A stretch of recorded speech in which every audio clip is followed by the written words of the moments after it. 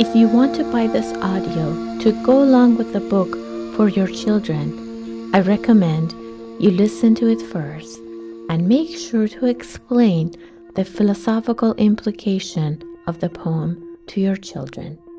Thank you. The merchant arrived in India. In the wilderness, he saw the parrots. He stopped his caravan and gave them the message. One parrot shuddered, fell.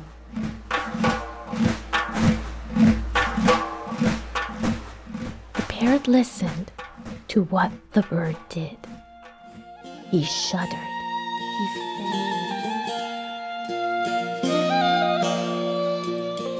The merchant threw the parrot out of the cage. The parrot flew upon a high perch. He flew so fast, even the sun took aback. Shocked merchant looked up and said, "Oh, parrot,